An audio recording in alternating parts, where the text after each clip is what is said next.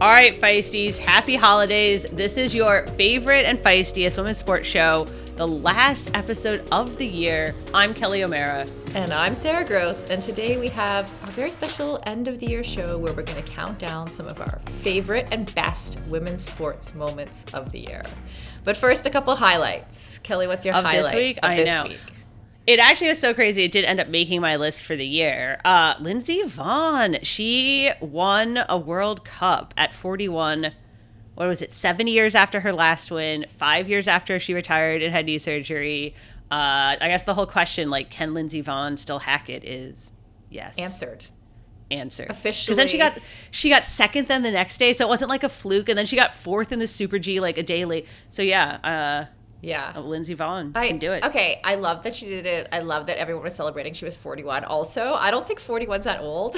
Like, part of me is just like, of course she did. You know? Well, this is like a couple years ago when the oldest woman to ever win a world championship in figure skating won, and she was 40. And in our comments, everybody was like, 40 is not old. And you're like, okay, look, it is in the context of figure skating and downhill skiing. I okay? think figure skating, oh yeah, that's true. But okay, I think figure skating potentially a little bit more. I don't know, because there's so many, like, there's a lot of teenagers, right? I guess there's a lot of teenagers in downhill too, but I feel like skiing is like riding a bike. I think both sports, it's basically you've beaten your body up. Like, nobody lasts that long because you have no, like, cartilage left. You know, so an interesting question will be, because obviously Lindsey's back on a, like, bionic knee, and she has said, you know, not that makes it easy, but she has said, like, once she had the knee surgery, all of a sudden she literally couldn't ski recreationally before, and then she could ski and then she was like, oh, this doesn't hurt anymore. So, you know, if we make advancements and medical advancements improve, are we going to see all these 41-year-olds? I think is that going to happen? Like, I think we can totally say this is to do with modern medicine. Yeah, and we will see, and not just that, but also sports science research. Yeah, and I think we're also going to see, because sports science research is moving much quicker for women right now too. Like, we suddenly have studies that are being done and focusing on women, or including women in a male and female study, and so I think we're going to see that move pretty quickly. So that's my prediction. Kudos, Lindsey. I don't think she's officially qualified for the Olympics, because that's like there's like specific things you have to hit, but I feel confident. NBC started running promos with her in them over the weekend. So there you go. There you go. I mean, it is definitely holiday time, so there's not a lot. Everybody's sort of wrapping up, but the other person still going. Yeah. Katie Ledecky. So the first woman to go under 15 minutes for the, not quite the 1500, it's the 1650, which as a Canadian, I think I need you to, is it because she's in a 25 yard? She's in No, it's meters, but I think it's mile. Like, you know how there's the 1500 in track, and then there's the mile? Yeah. And it's really like, it's 1609. Yeah. Right. So I think 1650 is the swimming equivalent of the mile. Got it. So it's like just very fractionally longer than a mile. Yes. And she's the first woman to go under. So it's not for the 1500. It's for the 1650. Yes. And she did it at she puts on this invitational now.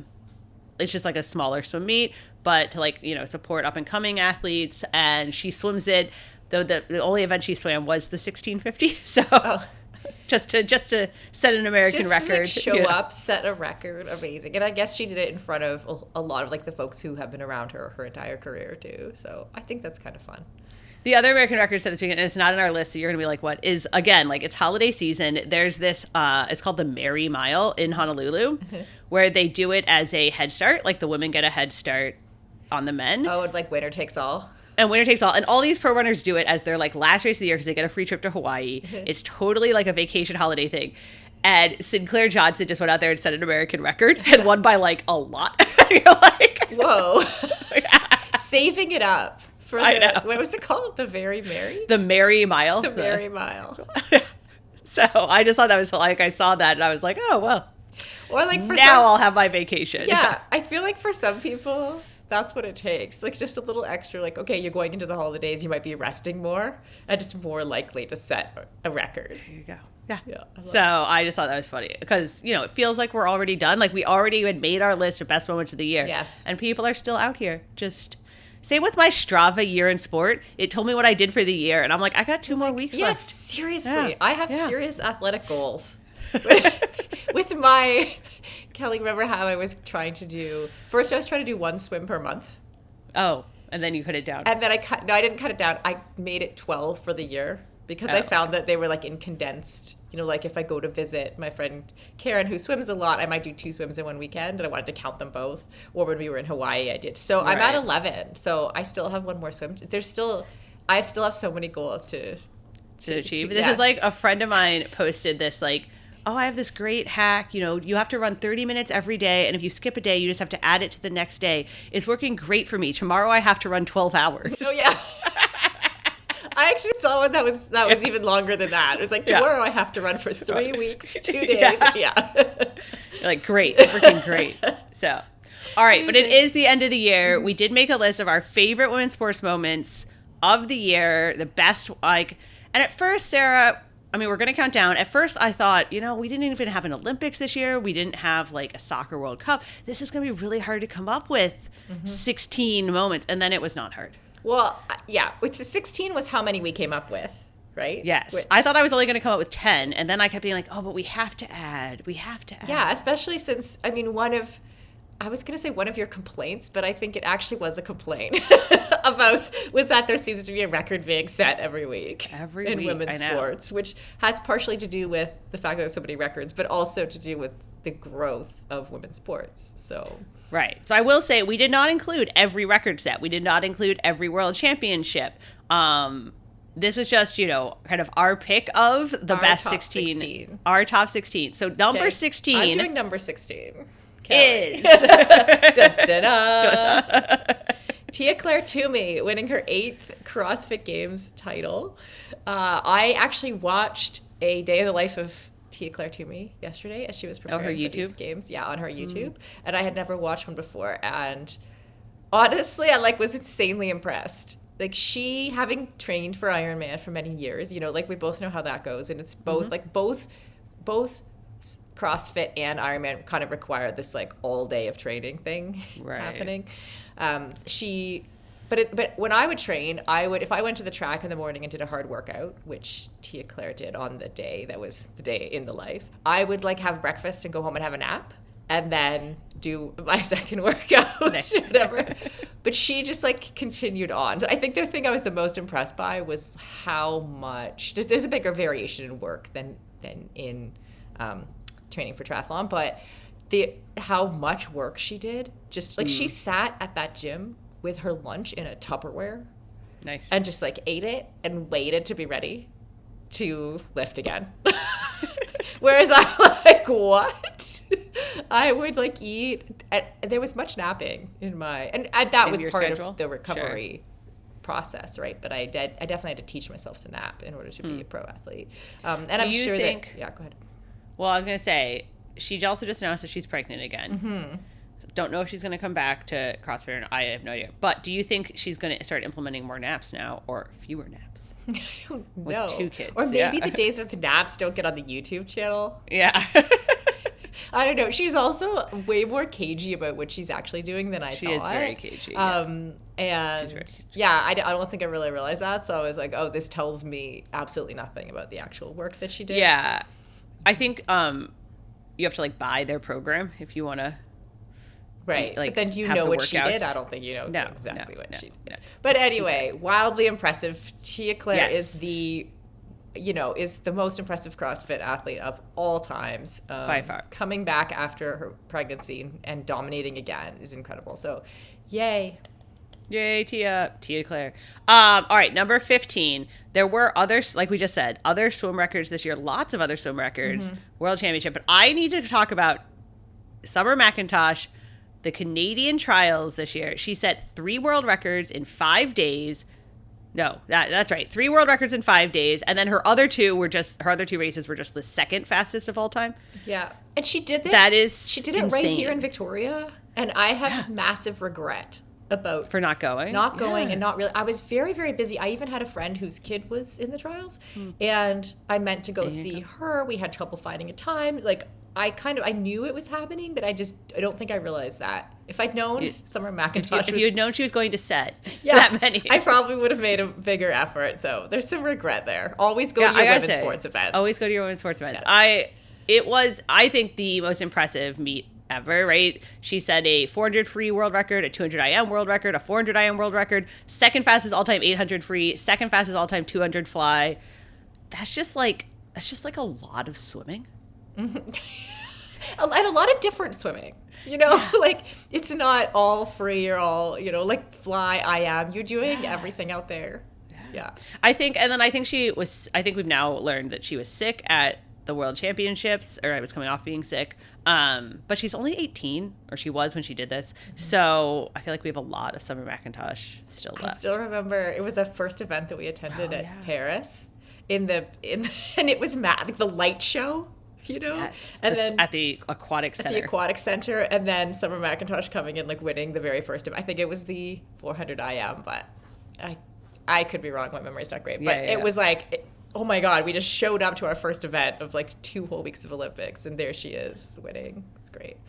So, kudos to Summer. Okay, number 14. Are we ready for number 14? I think we are. Okay. I have to give a shout out to Catherine DeBrunner, who the Paralympic runner, wheelchair athlete. She won the London Marathon, she won the Tokyo Marathon, she got second at Boston, and then she won 5 World Championship titles at the Para Track and Field World Championships, from the 100 meter all the way to the 5,000. Yeah. That's insane. That's insane. If you think of any athlete who, we were just talking about Summer, right? And saying she does everything, but she kind of does everything except true sprinting. Like that's she doesn't true. do She the does. 50. We don't see her do the 50. Yeah. Whereas this, doing everything from the marathon to the 100 meter it's crazy. Yeah. I mean, she was also like third at Boston. Like, part of me is like, maybe take a break. That's a lot. I don't know. Rest up, Catherine. Rest up. Yeah. I wonder. I don't know this. I wonder if there's something about, because you know how you just like probably couldn't do that many marathons on the legs. I wonder if wheelchair wise you can like recover differently. I don't know. But probably because you don't have the impact. Like it's the eccentric damage but I don't want to underplay this, because as someone who does, like in CrossFit, we do lots of like tons of shoulder stuff, and the amount of soreness that I carry with me from that, like I'm only assuming that repetitive motion in your upper body is going to be difficult to recover from, require massive strategies. Like I wonder if they get shoulder injuries, Oh, I'm sure. Yeah. Mm-hmm. So and there's like a pretty nice rivalry, whatever, but it's like they go back and forth between her and Susanna Scaroni at the marathons. Though Susanna doesn't do the 100 and 400 and 800 as well. Right. So. Doesn't also sprint very quickly on a track. Yeah. And those bikes, have you ever tried one of those track bikes? No. That they use, or the hand cycles? The racing tours, yeah. Yeah. Like I tried one once, and actually, if you move out of position even slightly and lean backwards, you could just like flip right backwards. Oh, really? Like, it was very difficult to figure out, right? Because at the same time as you're learning how to propel forward, and you know how they kind of like use their knuckles, and they have that like so. I was actually taught by a wheelchair athlete how to use it, and like just getting into the position, and you're like crouching forward in this arrow position, and then you're kind of like using your knuckles to like hit the wheels to move, and then you start moving very, very quickly, which is also in itself terrifying because you're moving and you're so low to the ground, right? That it was I had a new respect for racing in those chairs for sure. So, okay. Got to give that a shout out. Number 13. For our number, I was like, what was that? Number 14? Yeah. All right. What is number 13, Sarah? I feel like this is really all for you. This is your. This is mine. Okay. This is like a lot in one number. Like lucky number 13. Okay. All the new teams and new leagues that happened this year, right? Yes. So we have like the Northern Super League. We have the new WNBA team. We have records for the most valuable women's team, which was one of the your very own new team.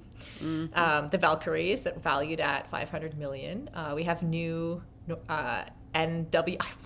once I get deep into the acronyms, I start to fall apart. New NWSL teams in Boston and Denver for 2026. We have new WNBA teams coming to PWHL teams in Vancouver and Seattle this year. So yeah, I feel like we just got to give a shout out this year. A major women's sports moment was like all these new teams, all these expansions. Like obviously that's been the case kind of every year for the last 3 years. Sounds so long, but it's still for the long history of women's sports. For the long history. Growing. Yeah. But I mean, still, you know, to have the first women's sports team ever valued at $500 million, to have like all these leagues continue to be able to expand. And it's not just continue to be able to expand, but it's like how quick, like everybody wants a team now. It's like how quickly can they add teams and more teams? I went to the sports bra this week. Oh, did you? The one in Portland? Yeah, this is connected because I was just thinking that's another thing everybody wants to expand is like the women's sports bars. And Portland's like the OG one at the sports bra. And it was fun just to be there and see it. I feel like we joked just a minute ago about like the long history / not so long history. Right. You know, like they've probably been there for what, 4 years, 5 years, something like that. Yeah. And yet it feels like like a pilgrimage to like the motherland of women's sports bars. So I mean, I do feel like we should, like, obviously when like there is a long history of women's sports. It's just and sometimes I feel like not we don't forget that, but people forget that. But they are really getting their day in the sun, their moment now. So speaking of our number, what are we on, 12? Yep. Number 12 moment, WNBA obviously hyping the finals this year. The Aces just swept it, and I have to say Ajay Wilson, she became the first player to win MVP, best defensive player, finals MVP, and the title all in the same year. And the Time Athlete of the Year. Right, so then she was the Time Athlete. There's all these stats. She's like the first player to X number of points, the first player to have the most like rebounds and points in the postseason, combined steals, and plus, like, she basically was like, we are going to win. I'm going to make sure it happens. And she did it, right? It was like very impressive. Yeah, and the WNBA is a difficult environment to stand out, you know, because the athletes are so good now, the players. So, yeah, kudos to her. I think, because they won, what was it, 2 or 3 years ago? And then last year they did not. And I think there was kind of like the Aces are done, because they'd been so dominant for a little bit. And she was just like, no, we are not done. Yeah. We are not done. She also got like her own signature shoe. So I feel like it was pretty, I mean, I watched a decent amount of the WNBA playoffs. And I do feel like it was way more hyped this year. And it was and then of course you in your head, you want a finals playoff to be close, and they just swept it. Right. That's what I was going to say. I was like, you know, they're definitely on our list, and like, yay, Aces. However, next year, maybe could we just could we go to at least game 5? I mean, I think not asking for much. It's like a little closer. Just one more game. Just give them something. You know. A little bit. So okay, number 11, tennis. We have Ariana Sablenka's U.S. Open win, and she was the first woman to be a repeat champion since Serena, and it was her 4th Grand Slam win. So. It was, and I feel like she really solidified both her number 1 status, and also like the U.S. Open was. Maybe you don't know this as a Canadian, but it was like the place to be this year. In what way? It was very like all of the like New York fashion-y people and they were like celebrities there. Yes. And they were like doing like New York Times style section things about, right? And there was like I can't remember if Trump showed up or not, but like there was a whole bunch of celebrities, and there was a whole bunch of like security, and like it was a thing. And I feel like when Coco Gauff won 2 years in 23, there was this like idea that it was really big, and the women's final outviewed the men's final, but then it was like, well, Coco is an American, like Americans like Americans, and it's like, no, like clearly this is a thing. We have like women's tennis is a big deal. Like we talked about, you know, the top 10 of the top 15 of female athletes, paid athletes, are tennis players.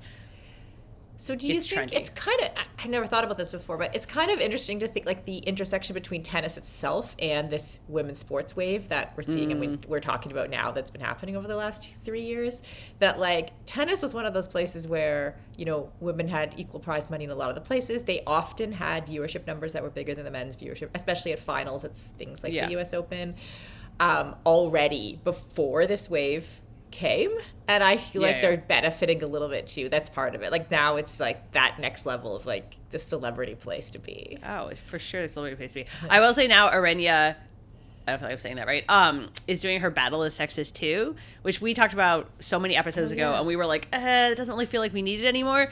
she is getting a lot of pushback now because I think a lot of people are like, well, it doesn't really feel like we need that. Like, why are you like this?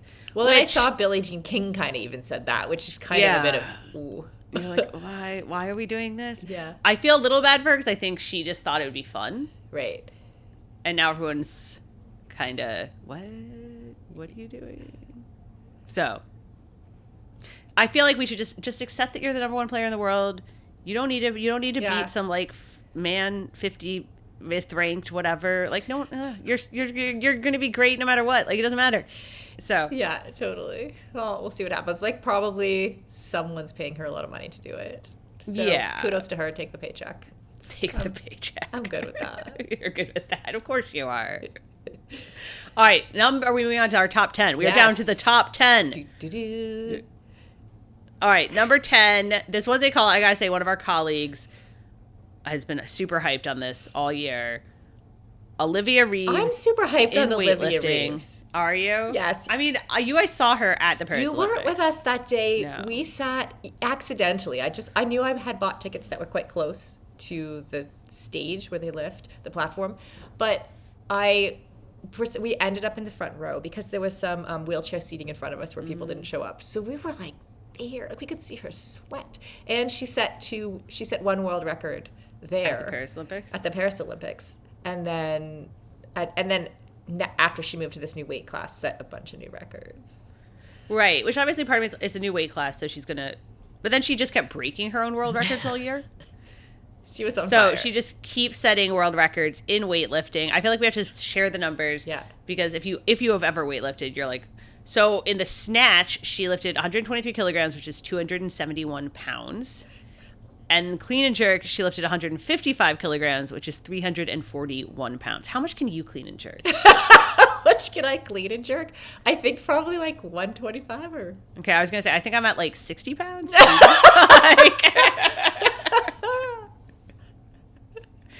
Yeah, at 120, maybe 120. Yeah, I did 125 once.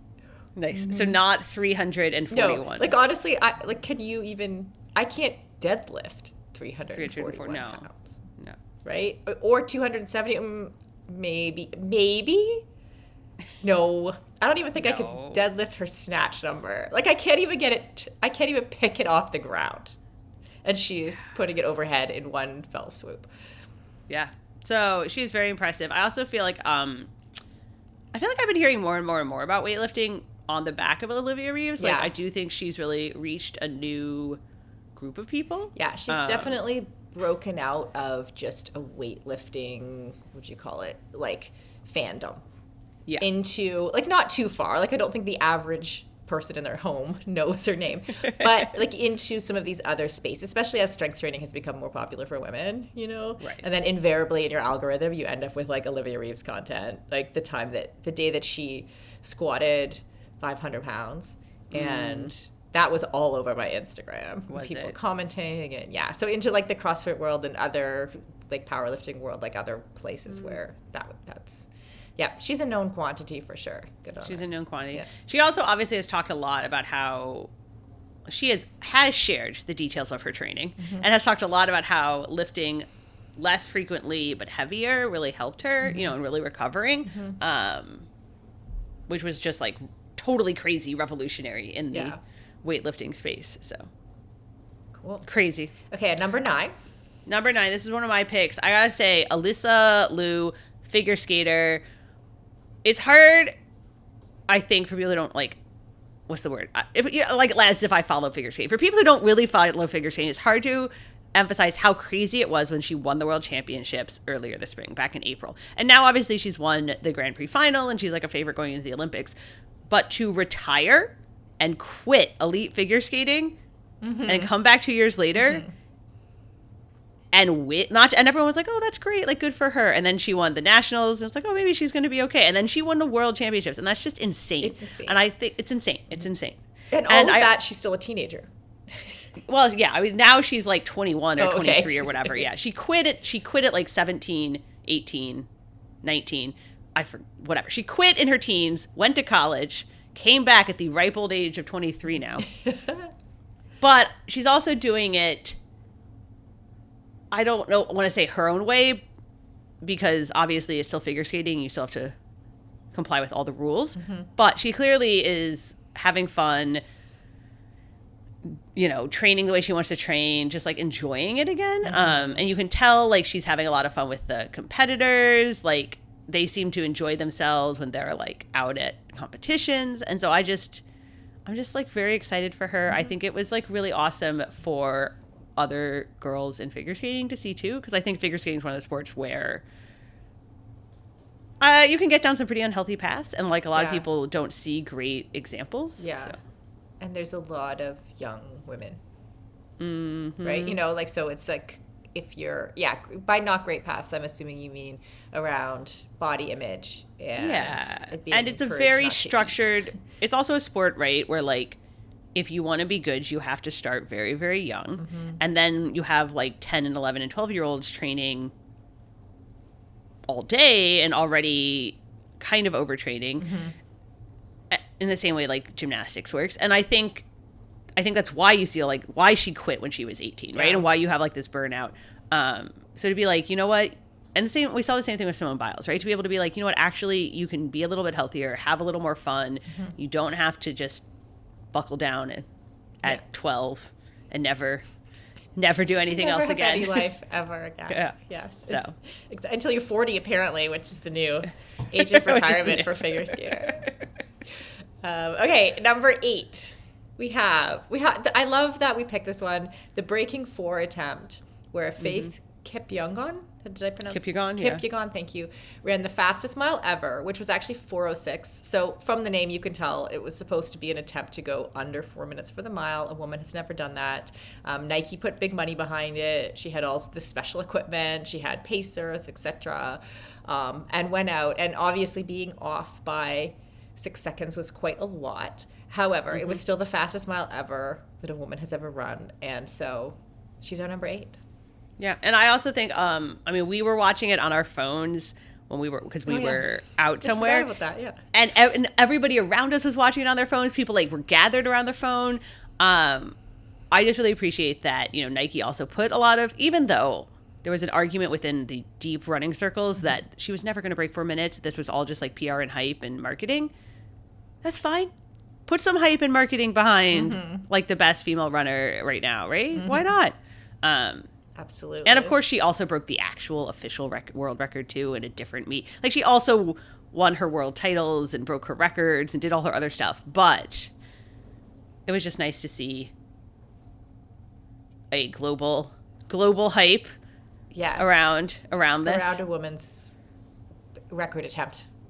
Right. Yeah, for sure. And why not? The place where we were at the press conference for our number 7, right? Basically. So we were at the press conference ahead of time, and that's where we watched the mile attempt. You're saying we were at the press conference for Western States, which is our number 7 pick here, and we were watching on our phones the breaking 4 attempt, which were a lot of people to be. We like took a break in the middle of the press conference so everyone could watch. Yes. Our number 7 was Western States. Abby Hall won Western States, and I think, again, like we didn't pick every winner of everything because there was a lot of winners, there were a lot of records, but I think Abby Hall's win is worth celebrating, both because it was like the 4th fastest time ever, because it's not just, you know, Katie and Courtney who are setting records in, you know, these ultra races, and also Abby broke her leg 2 years ago. Had a really rough comeback. Like the last time she did Western States, it took her, 5 hours longer. She wasn't even supposed to be on the start line. She had tried multiple times to qualify and didn't qualify. And then she only got a roll down because somebody pregnancy deferred. Yeah. And so I think all those things are like, it's crazy. Yeah.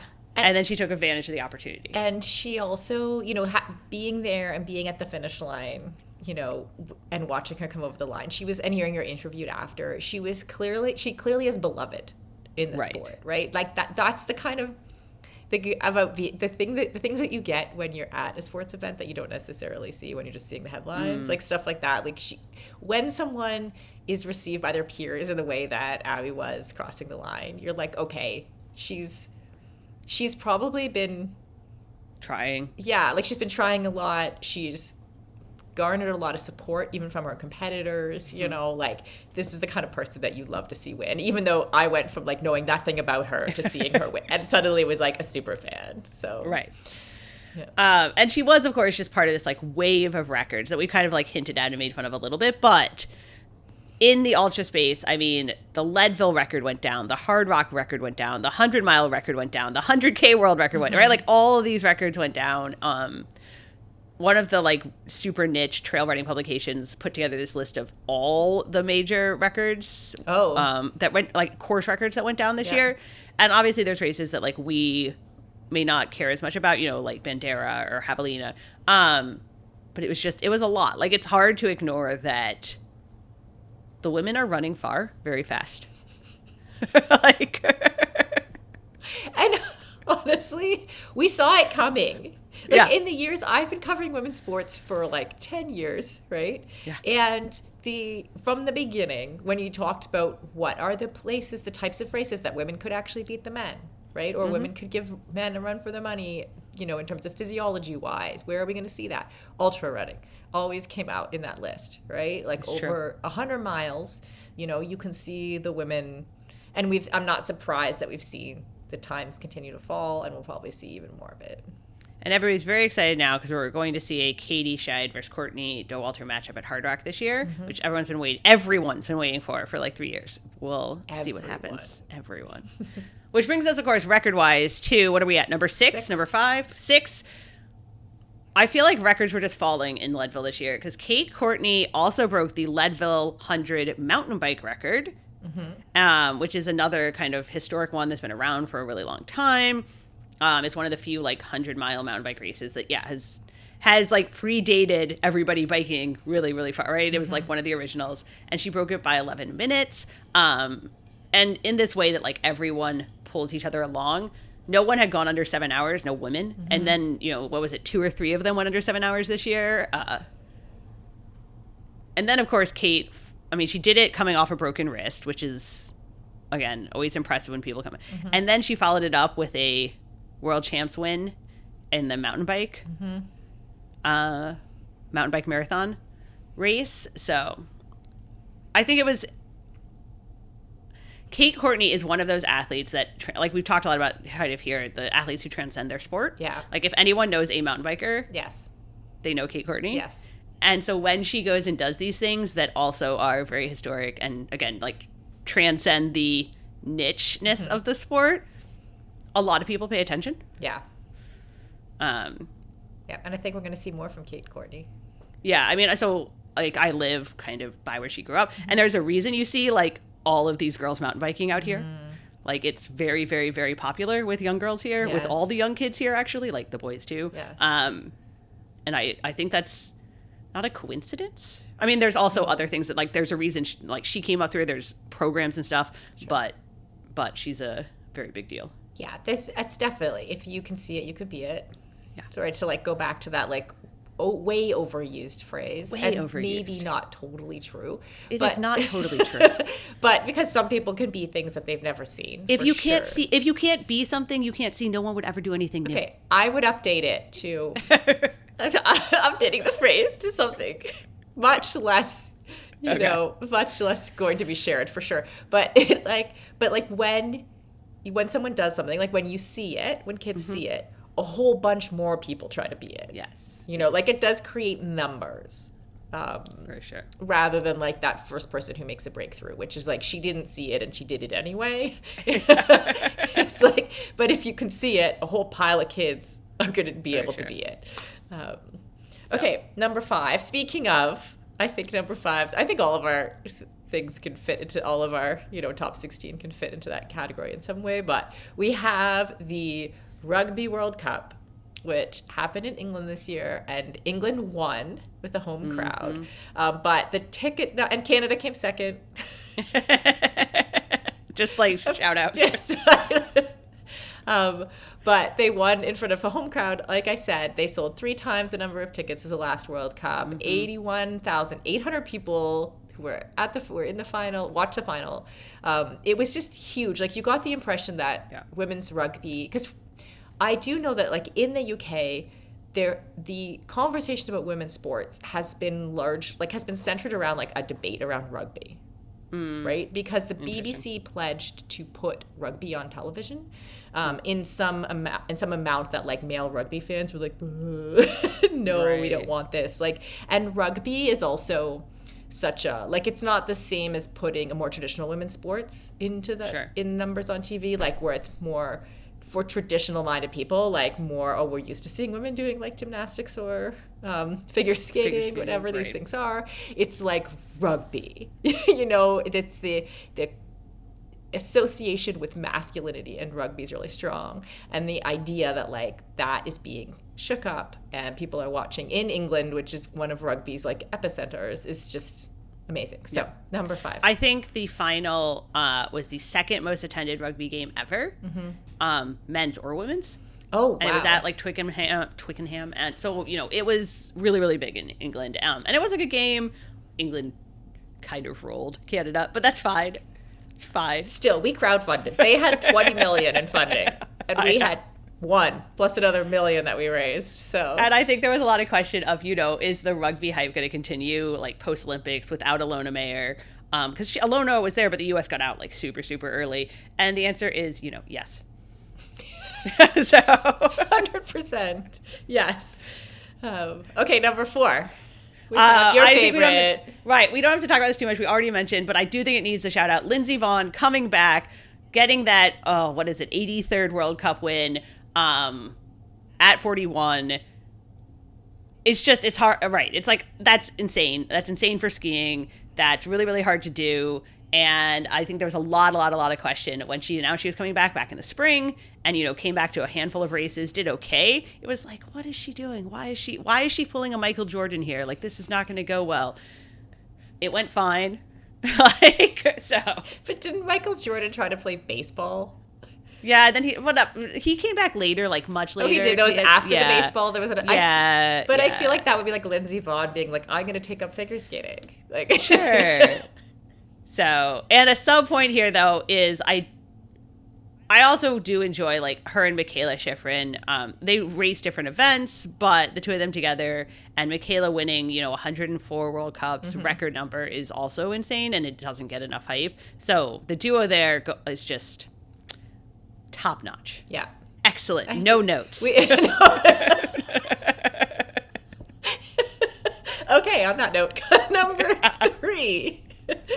We have our very own sport, the Ironman World Championship race, which it was basically an unprecedented race. It was crazy. I think we can put it down to, I'm going to say what it is in a moment, but I think we can put it down to women having their own race on the day, going head to head, right? And so you have the best in the world just duking it out. And so Lucy Charles Barclay and Taylor Knibb were starting on the bike, the 112-mile bike, were just like pushing and put a huge gap. I think it was 14 or 15 minutes on most of the rest of the field and a lot of the favorites. Came off the bike and were running. And essentially in the final miles, Lucy kind of with 9 miles or so to go, or 9, I don't know, 8, 9 miles to go. And then Taylor with less than 2 miles to go ended up basically collapsing. And we were standing in the finish line. And I don't feel like you're like hyping this enough. I feel like you have to be like, and they were running neck and neck, and one took the lead, and then the other took the lead, and then Lucy's like stumbling around, and everyone's like, oh, and Taylor pulls ahead, and then Lucy her husband has to pull her off the course and put her in her car. And then you're like, it's Taylor's to win. And Taylor's so far ahead. You're like, nobody can catch her. Like, it's not like we're all like, oh, Taylor's won, right? Everyone's going to the finish to watch Taylor come in. Like, it's done. And then on the big screen we're watching, and Taylor's like stumbling. And the whole crowd, thousands of people are like, like grasping their faces. Like, I don't think I've ever been in an environment where, especially on a screen, where so many people are just following like this emotional journey of like, will she, won't she, in terms of Taylor getting to the finish line.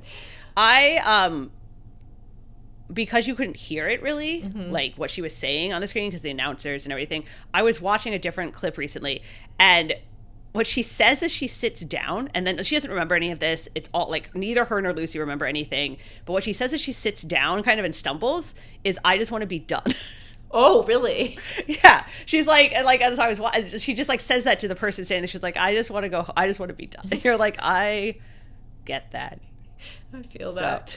So it was a very dramatic race, easily the craziest race of the year. Solveig Loveseth who was running in third, was getting updates. Now you're second, now you're first, and just such a strong, powerful athlete herself, who was a short distance athlete before coming to the Ironman, came through for the win. So I think we're also seeing like this great future for Solveig as well. So it was a very exciting, very crazy race. And I have to say, our most popular story of the year, by far, like, because I was pulling all our stats, we put up like a feisty Wrapped over the weekend. You can see on our Instagram. And the most popular story by far was the 80-year-old woman who finished the Ironman World Championships, became the first 80-year-old to ever finish the Ironman World Championships, because you have to do it in 17 hours, and that is challenging. And she did it in 16 hours and 45 minutes. And we interviewed her beforehand. And then, so obviously we were following her. I talked to her briefly after at the awards. She is definitely a little flummoxed that like she's become such a hit now, because she's been on like NPR, in the New York Times, on like Good Morning America. Like she's all the everywhere. Big podcasts. You know, like I saw her on yeah, it was the soccer players podcast. Megan Rapinoe. You know, or whatever. And she's everywhere now. And I talked to her just as she was starting to blow up when we were leaving the award ceremony. And you could tell this was like going to go viral. She was like, I don't know. Because she kind of stumbled and fell as she was coming down the finish line. She's like, I think people just liked it because I fell down. Yeah. I was like, I don't think that's why people liked it, Natalie. That's it. Like, it's like, it's kind of like a lot of the older like people that we've interviewed in the past. Like, she's just doing her thing. Like, you know what I mean? Like, she's not... I mean, we've joked about this a few times beforehand when she was Natalie Herbeau, when she was talking to us about how she picked up running in her 40s and then bought a book on swimming in her 50s. She was like, I just thought it'd be a neat challenge. Yeah, like she doesn't go through every day thinking, I'm 80, this is impressive. No, she's just swimming, biking, and running. Right. So. She's like, I just thought it'd be fun. So anyway, that was obviously the most popular story of the year by far. And you can still like, we have our whole interview with her on our podcast that you can go listen to too. So. All right, our number 2 pick, just because, again, super, super big, super went crazy, Pauline Ferrand-Perot's win at the Tour de France Femmes. It is hard, again, to characterize how big this was in France. I mean, she won the mountain bike Olympic gold medal last year. Then she won Paris-Roubaix earlier this spring. And she's certainly, like, beloved in France. And I think people thought, oh, she might win the Tour next year or in 2 years. She was a favorite, but she wasn't, like, the favorite. And she didn't just win. I mean, she just, like... I don't know if you watched the Queen stage. She just like took off. She just like went. She's just like, this is like, mine. See you later.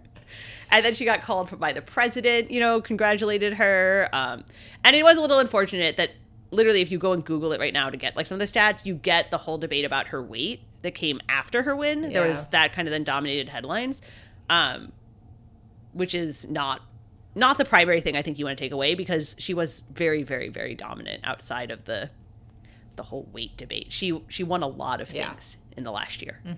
Many things. Yes. So and the Tour de France Femmes keeps growing and growing and growing. It does, yeah. Bigger. Yeah. So, all right, Sarah, number 1 pick. Number 1 pick. India winning the Cricket World Cup. There were 185 million viewers on the app, 21 million watched the whole game.